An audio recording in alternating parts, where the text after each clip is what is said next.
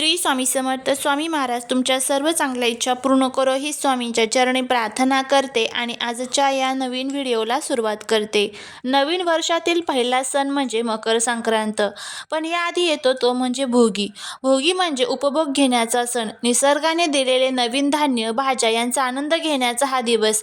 आज आपण पाहणार आहोत भोगीची भाजी कशी बनवायची, या दिवशी काय महत्त्व आहे आणि त्याचबरोबर सर्वात महत्त्वाचं, या दिवशी भोगीची भाजी बनवत असताना किंवा घरामध्ये आपल्याला ही एक भाजी जी आहे तर ती चुकूनही खायची नाही, नाहीतर आपल्याला आयुष्यभर भोग भोगावे लागतील. आता याबद्दलची संपूर्ण माहिती आज या व्हिडिओमध्ये मी तुमच्यासोबत शेअर करणार आहे, त्यामुळे तुम्ही हा व्हिडिओ स्किप न करता शेवटपर्यंत नक्की पहा. चॅनलवरती जर तुम्ही नवीन असाल तर चॅनलला सबस्क्राईब करा आणि अशीच माहितीपूर्ण नवनवीन व्हिडिओ पाहण्यासाठी बेल आयकॉनलाही प्रेस करा, म्हणजे जेव्हा कधी मी नवीन व्हिडिओ अपलोड करेल त्याचं नोटिफिकेशन सर्वात अगोदर तुम्हाला भेटेल आणि तुम्ही एक पण व्हिडिओ मिस करणार नाही. त्याचबरोबर कमेंटमध्ये श्री स्वामी समर्थ लिहायला अजिबात विसरू नका, जेणेकरून स्वामींची तुमच्या कुटुंबावर, मुलांवर अगदी भरभरून अशी कृपा होईल. हिवाळ्यात हवामान थंड असते, शरीराला उष्णतेची गरज असते. भोगीच्या दिवशी खायचे पदार्थ, त्यामध्ये तीळ, बाजरी, शेंगदाणे शरीराला ऊब देतात. या दिवशी इंद्राची पूजा केली जाते, जेणेकरून शेती पिकावे आणि पाऊस चांगला पडावा. शेतात आलेले नवीन पिकांचा नैवेद्य देवाला दाखवून कृतज्ञता व्यक्त केली जाते. भोगीच्या दिवशी लेकुरवाळी भाजी केली जाते. यात अनेक प्रकारच्या शेंगभाज्या आणि फळभाज्या यांचा समावेश असतात. यामध्ये शेंगभाज्या ज्या आहेत तर त्यात ओला हरभरा, घाटा, पावट्याचे दाणे, वटाणा, घेवड्याच्या शेंगा असतात. फळभाज्यांमध्ये वांगी, बटाटा, गाजर, बोरे, कच्चा पेरू असतो आणि इतर जे काही पदार्थ आहेत त्यामध्ये भरपूर तीळ, ओळे खोबरे आणि शेंगदाण्याचा कूट यामध्ये वापरला जातो. ही भाजी प्रामुख्याने लोणी लावलेल्या बाजरीच्या तिळाच्या भाकरीसोबत खाल्ली जाते. भाज्या खूप जास्त गाळ शिजवू देऊ नका. प्रत्येक भाजीचा पोट टिकून राहून द्या. भाज्यांमध्ये तीळ टाकायला विसरू नका, कारण तिळाशिवाय भोगी पूर्ण होत नाही. भाजीमध्ये पाणी घालताना नेहमी गरम पाण्याचा वापर करा, जेणेकरून चव बिघडणार नाही. देवाला नैवेद्य कसा वाढावा? ताटात मधोमध बाजरीची भाकरी आणि त्यावर भोगीची भाजी ठेवा. सोबत लोणी, मुगाची खिचडी आणि वांग्याचे भरीत ठेवा. हा नैवेद्य देवासमोर ठेवून नवे धान्य घरात आले आहे, अन्नाची कमतरता भासू नको अशी प्रार्थना करा. या दिवशी काय करावे? पहाटे लवकर उठून अभ्यंग स्नान करावे. स्नानाच्या पाण्यात थोडेसे तीळ टाकून स्नान करावे. जुने कपडे टाकून नवीन किंवा स्वच्छ कपडे घालावे. अंगणात सुंदर रांगोळी काढावे. या दिवशी काय टाळावे? या दिवशी कोणाशीही भांडण किंवा वाद घालू नये. घरात नकारात्मक वातावरण ठेवू नये. मांसाहार आणि तामसी अन्न पूर्णपणे टाळावे. घरात कचरा किंवा अस्वच्छता ठेवू नका. ग्रामीण भागात आणि जुरा परंपरेत एक म्हण प्रसिद्ध होते, जो भोगी तो पापी आणि जो राबतो तो सुखी, किंवा भोगीच्या दिवशी जो चुकला तो वर्षभर मुकला, असं देखील अनेक ठिकाणी म्हटलं जायचं. तुम्ही विचार केल्याप्रमाणे या दिवशी चुका झाल्या तर भोग भोगावे लागतात असे का म्हणतात? याची काही धार्मिक आणि शास्त्रीय कारणे देखील आहे. भोगी हा शब्द भुज या धातूपासून तयार झालेला आहे, ज्याचा अर्थ आहे उपभोग घेणे किंवा आनंद घेणे. वर्षातील असा दिवस आहे जेव्हा निसर्गातील सर्व नवीन अन्नधान्याचा आनंद घ्यायचा असतो. असे मानले जाते की जर तुम्ही या दिवशी निसर्गाचा हा प्रसाद, बाजरीची भाजी स्वीकारली नाही तर तुम्ही निसर्गाच्या चक्रापासून लांब जातात. भोगी हा कृतज्ञता सण आहे. या दिवशी आपण शेतातल्या नवीन भाज्या एकत्र करून खातो, पण जर कोणी हा सण साजरा केला नाही किंवा दिवशी साधे सात्विक अन्न या दिवशी खाल्ले नाही तर तो निसर्गाचा अपमान मानला जातो. जुन्या लोकांच्या मध्ये निसर्गाचा आशीर्वाद मिळाला नाही तर वर्षभर शारीरिक किंवा आर्थिक भोग म्हणजे कष्ट भोगावे लागतात. शास्त्रीयदृष्ट्या जानेवारी महिन्यात थंडी प्रचंड असते. भोगीच्या भाजीत वापरले जाणारे घटक शरीराला उष्णता देतात. जर या काळात शरीराला हे पौष्टिक घटक मिळाले नाही तर रोगप्रतिकार शक्ती कमी होऊ आजारपण सोसावे लागते. याला शारीरिक भोग म्हणतात.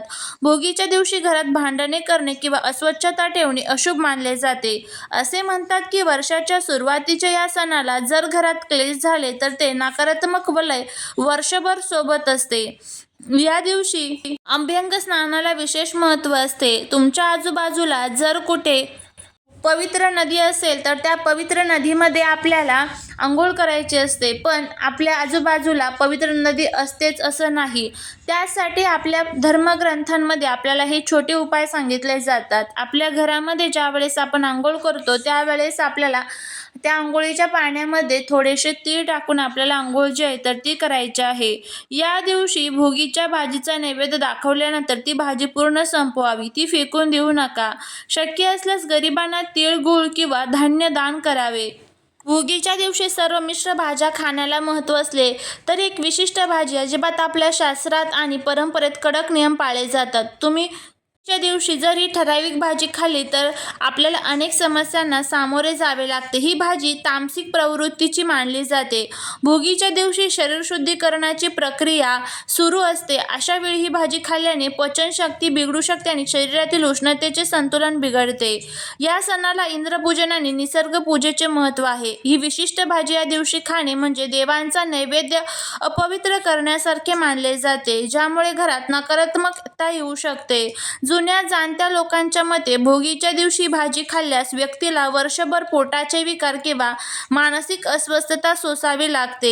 शास्त्रात या दिवशी केलेल्या जमिनीच्या वर येणाऱ्या आणि वेलीच्या सात्विक भाज्यांचा महिमा सांगितलेला आहे. ही भाजी जमिनीच्या खाली वाढणारी आणि अतिशय तीव्र मानली जाते. सणासुदीच्या शुभ मुहूर्तावर अशी तीव्र भाजी खाल्ल्याने बुद्धी जड होते असं देखील म्हटलं जातं. भोगीच्या दिवशी केवळ भाजीच नाही तर कांदा आणि लसूण यांचा वापर टाळून केवळ तीळ, शेंगदाणे आणि ओल्या खोबऱ्याचा वापर करून भाजी बनवणे अत्यंत शुभ मानलं जातं. हे जे पवित्र सण असतात हे आपल्या पृथ्वी तलावरती सकारात्मक ऊर्जा प्रस्थापित करत असतात. या ऊर्जेमध्ये ज्यावेळेस आपण काही उपाय, काही सेवा करतो त्यावेळेस त्याचं जे फळ आहे तर ते नक्कीच आपल्याला मिळतं. पण जर आपल्याकडनं काही चुका झाल्या तर त्याचे दोष देखील आपल्याला भोगावे लागतात. त्यामुळे ह्या चुका ज्या आहेत तर त्या आपल्याला पूर्णपणे थांबवायच्या असतात. एक गोष्ट नेहमी लक्षात ठेवा, आपण म्हणतो की मी खूप उपाय करते, सेवा करते, पण तरीही त्याचं मला फळ का मिळत नाही. कारण हे जे छोटे छोटे सण असतात ह्या सणांना ज्यावेळेस आपल्याकडनं ह्या चुका होतात त्यावेळेस केलेल्या जे काही उपाय आहे, केलेले जे काही सण आहे तर त्याचं फळ जे आहे तर ते आपल्याला मिळत नाही. त्यामुळे आपल्याला ह्या ज्या भाज्या आहेत तर त्या भोगीच्या दिवशी चुकूनही खायच्या नाहीये आणि जर खाल्ल्या तर त्याचे दुष्परिणाम जे आहेत तर ते आपल्याला भोगावे देखील लागणार आहे. आता कोणकोणत्या भाज्या आपल्याला खायच्या नाहीये तर ते आपण बघूया. त्यामध्ये सर्वात पहिली आणि महत्त्वाची जी भाजी आहे ते म्हणजे मुळा. मुळा जो आहे तर तो कडवट असतो. मुळा आपण या दिवशी चुकूनही खायचा नाही आहे. आणि दुसरी जी भाजी आहे ते म्हणजे कांदा लसूण. कांदा लसूण शक्य असेल तर आवर्जून वर्ज्य करावं, कारण कांदा लसूण हे राहू आणि केतूचे प्रतीक असतं. जर आपण जी भोगीची भाजी बनवतो त्यामध्ये जर कांदा लसूण घातला तर त्याचे जे काही दुष्परिणाम आहेत तर ते सुद्धा आपल्याला भोगावे लागतात. त्यानंतर तिसरी जी भाजी आहे ते म्हणजे सोयाबीन. सोयाबीनचं तेल सुद्धा आपल्याला या दिवशी वापरायचं नाही किंवा सोयाबीनच्या ज्या बिया असतात बघा तर त्या सुद्धा या भाजीमध्ये काही ठिकाणी टाकल्या जातात तर त्या सुद्धा आपल्याला टाकायच्या नाही आहेत. सोयाबीन सुद्धा या दिवशी आपल्याला पूर्णपणे वर्ज्य करायचे आहे. तर अशा पद्धतीने ह्या ज्या 2 ते 3 भाज्या आहेत तर ह्या आपल्याला खायच्या नाही आहे. या जर आपण खाल्ल्या तर याचे दुष्परिणाम हे सुद्धा आपल्याला भोगावे लागतात. हा जर व्हिडिओ तुम्हाला आवडला असेल तर लाईक, शेअर आणि कमेंट करायला विसरू नका. श्री स्वामी समर्थ.